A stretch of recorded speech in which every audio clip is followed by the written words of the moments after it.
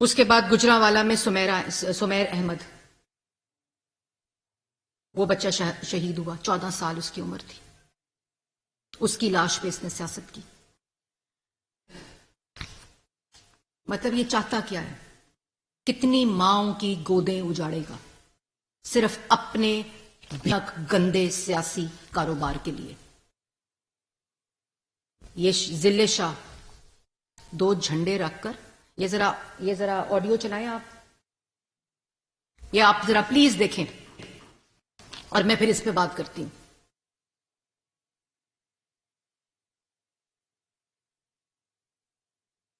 ہم نہیں لینا ملا، بس صرف کھیلنا اس کے اوپر کہ یہ ڈیٹ پہلے سے تھی. آج نئی جو چیز آئی ہے نا کہ وہ جو لیٹر میں سوچ رہا تھا سائفر کا ایک میٹنگ میرے خیال میں کر لیتے ہیں، شام پیش کریں گے کہ وہ لیٹر پڑھ کر سنائیں، تو جو بھی سنائیں گے نا میرے پاس کاپی اور وہ نہیں بدل دیں، وہ پھر میں نے سے اپنی مرضی کے منٹ کو کر دیں گے تاکہ آفس کے ریکارڈ میں منٹ کروں.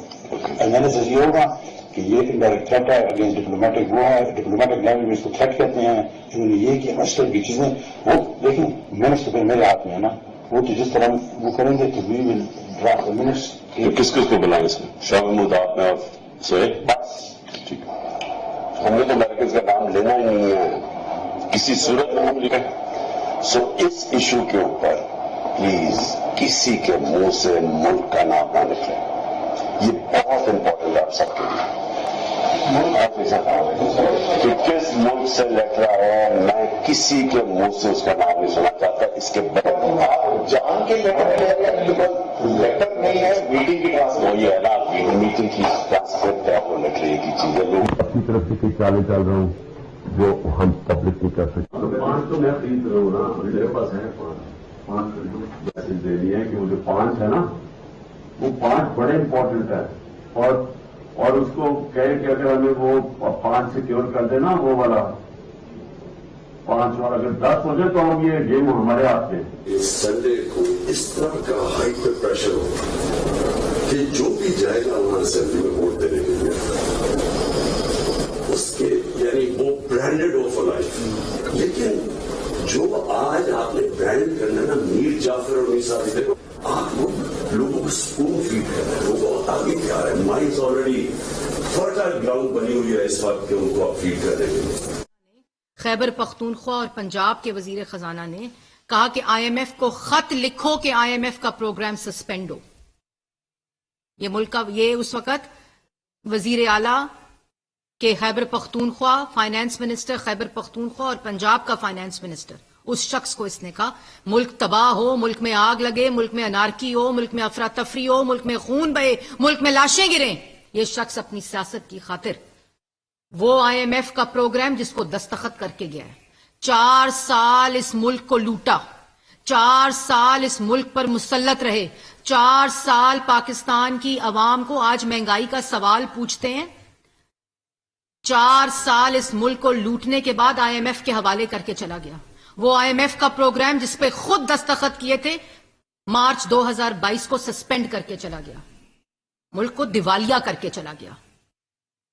اور یہ وزیر اعظم کی کرسی پر بیٹھ کر یہ خطرناک کھیل کھیلتا رہا، ملک کی معیشت کے ساتھ کھیلتا رہا، ملک کی خارجہ پالیسی کے ساتھ کھیلتا رہا، لوگوں کو خریدتا رہا، سیاسی منڈیاں لگاتا رہا. اور جب وہ فیل ہو گیا تو اس کے بعد لاشوں کا منتظر کہ کب کون سی لاش گرے گی اور میں اس کے اوپر سیاست کروں گا. تم مجھے یہ بتائیں، آپ مریم نواز کی کل آڈیو چلائی، مریم نواز کی آڈیو چلائی اور اس کو اپنے ساتھ کمپیئر کر رہا تھا. مریم نواز کی آڈیو آپ نے لگائی ہے؟ دوسری والی آڈیو پلے کر دیں. یہ کل مریم نواز شریف صاحبہ کی آڈیو چلا رہا تھا.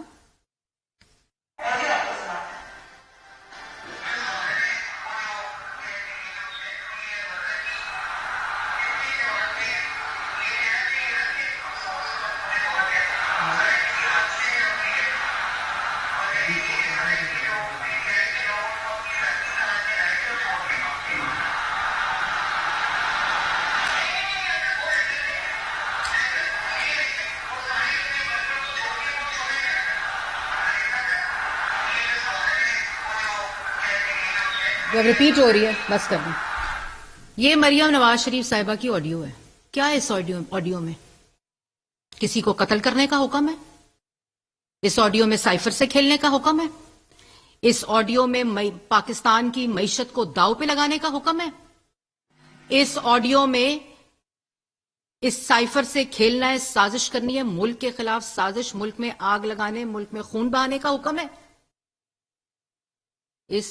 جب تمہیں یہ پتا چل گیا کہ تمہارا تمام تماشا، تم بہروپیے شخص ہو، تم ایک فراڈ ہو، تم جھوٹے شخص ہو، جب تمہیں یہ پتا چل گیا تمہارا سائفر کا تماشا ختم ہو گیا اور اب عدالتوں میں جواب دینے اپنے جرائم کے، تو تم نے لانگ مارچ کی کال کر دی، وہاں تم نے لوگوں کو گولیاں مروائی اور اپنے گولی کا بہانہ بنا کر ٹانگ پہ پلستر باندھ کر ضمانت پاک میں تم وہاں بنکر میں بیٹھ گئے اور لوگوں کو تم نے سڑکوں پہ مرنے کے لیے چھوڑ دیا، وہاں لانگ مارچ کا کال دے کر اپنے آپ کو گولی مروا کر ضمانت پاک میں بیٹھا رہا، اس کے بعد جیل بچو تحریک کا تماشا لگا دیا، لوگوں کو سڑکوں کے اوپر مرنے کے لیے چھوڑ دیا۔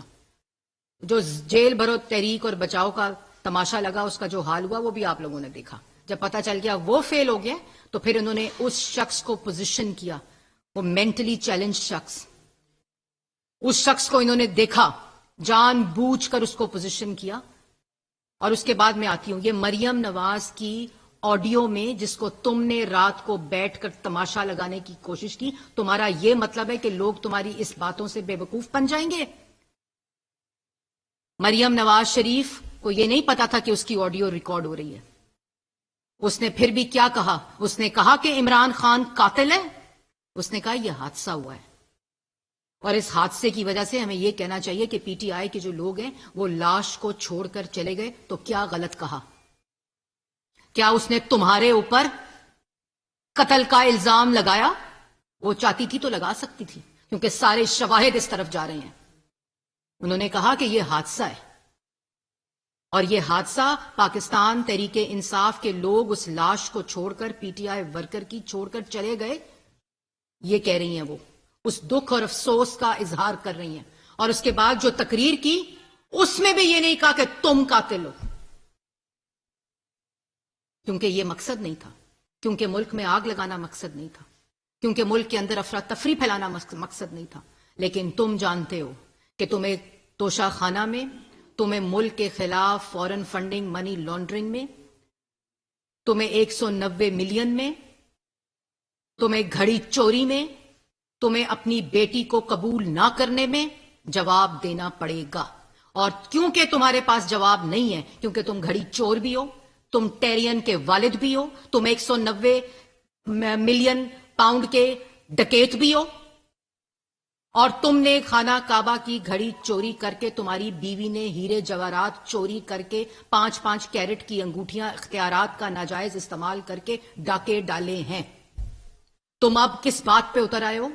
آج تم نے ریلی کی، تحریک کے لیے تیار ہوتا ہے، اسی دن عدالت کی پیشی ہوتی ہے، اسی دن عدالت کی پیشی ہوتی ہے، کہتا ہے میں معذور ہوں، کہتا ہے میں 70 سال کا بزرگ ہوں، اور وہ بیماری کا نام لیتا ہے، میں بول بھی نہیں سکتی، میں یہاں کہہ بھی نہیں سکتی۔ یہ وہ شخص ہے کہ لوگوں کی کمر کی بیماریوں کا مذاق اڑاتا تھا، لوگوں کی مرتی ہوئی بیویاں جو ڈیتھ بیڈ پہ تھیں اس کا مذاق اڑاتا تھا، کہتا تھا امریکہ جا کے میں نواز شریف کا اے سی بند کر دوں گا، کہتا تھا شہباز شریف کو نماز کے لیے کرسی نہ دو، مریم نواز کو اس سیل میں بند کرو جہاں باتھ روم بھی کمرے کے اندر ہو، جس طرف رخ کر کر وہ نماز پڑھتی تھی، ان کو ڈیتھ سیل میں بند کرو۔ روز ڈائری لیتا تھا کہ خواجہ آصف کو آج ٹھنڈ میں کمبل ملا کہ نہیں ملا، اور وہ سیل بنایا ہوا تھا پرائم منسٹر ہاؤس میں، جس میں یہ صرف یہ پتا کرتا تھا اور خوش ہوتا تھا۔ یہ ذہنی مریض ہے، یہ بیمار شخص ہے، یہ ایک سازشی ذہن کا شخص ہے، جو اب لاشوں پاکستان میں گودوں کو، ماؤں کی گودوں کو اجاڑ کر لاشوں کا منتظر ہوتا ہے اور لاشوں کے اوپر سیاست کرتا ہے۔ سوالات عمران خان صاحب آپ سے ہیں کہ آپ کا وائس پریزیڈنٹ، پاکستان تحریک انصاف کا عہدیدار، اس کی گاڑی استعمال ہوئی، اس شخص کی لاش کو اٹھا کر ہسپتال لے گئی، وہ فورٹریس میں کیا کر رہی تھی اس وقت؟ جب آپ کو وہاں لاش ملی تو اس ڈرائیور نے کیوں نہیں پولیس کو بتایا؟ وہ تھانے لے کر ایف آئی آر کیوں نہیں کٹوائی گئی؟ وہ جب ہاسپٹل جا کے چھوڑ آئے اس لاش کو تو پھر وہ ڈرائیور نے اپنا حلیہ بدل کر زمان پاک میں کیوں پناہ لی؟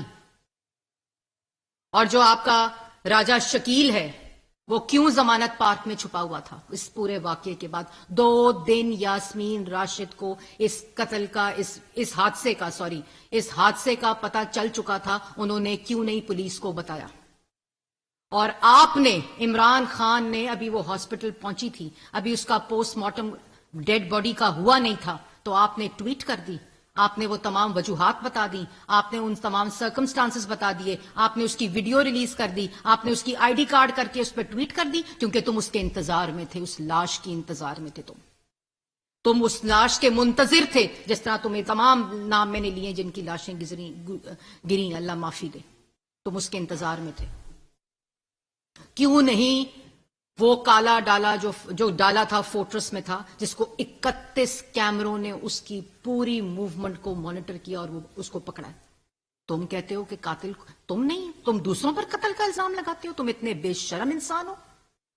اپنے سوالوں کا جواب، اور جب تمہیں پتا ہے کہ تم پھنس گئے ہو، اس بات میں بھی تم پھنس گئے ہو، تم ذل شاہ کی موت میں بھی پھنس گئے ہو، تمہیں پتا چلا تو تم نے آج 2 بجے تحریک نکالنے کی کال دے دی، پھر دوبارہ لاشوں کے ڈھیر کرنے کے لیے تم نے کال دے دی، اور تمہیں پتا تھا کہ لاہور کے اندر 144 دفعہ لگی ہوئی ہے، تم نے پھر بھی لوگوں کو اکسایا۔ اور اس کے بعد یہ بتاؤ کہ جب یاسمین راشد کو 2 دن سے اس واقعے کا پتا تھا، جس نے اطلاعات تمہیں دی تھی، تو انہوں نے کیوں نہیں بتایا؟ جب تمہارے ساتھ بیٹھ کر پریس کانفرنس کر رہی تھی تو انہوں نے کیوں نہیں بتایا کہ ان کے ڈالے میں وہ جو راجہ شکیل ہے اس کے ڈالے میں، اس کی گاڑی میں وہ ڈرائیور نے، اور کیا ہوا جس جگہ سے فورٹرس سے لاش اٹھا کر ہاسپٹل تک لے کر گئے، اس وقت اس لاش کے ساتھ کیا ہوا؟ پھر اس لاش کو پھینک کر کیوں بھاگ گئے؟ یہ سوالوں کے جواب آپ کو دینے پڑیں گے۔ اور کیوں راجہ شکیل جو تھے اس کو آپ نے پناہ دی ضمانت پارک میں؟ کیوں اس ڈرائیور کا حلیہ بدل کر اس کو فرار کرایا؟ اور پھر کیوں پیسے دیتے رہے ذل شاہ کے والد کو اس کو قتل قرار دلوا دو؟ تم اتنے بے شرم شخص ہو کہ اس والد نے ابھی اپنے بچے کو دفن نہیں کیا تھا، تم نے اس کو ضمانت پارک میں بلایا۔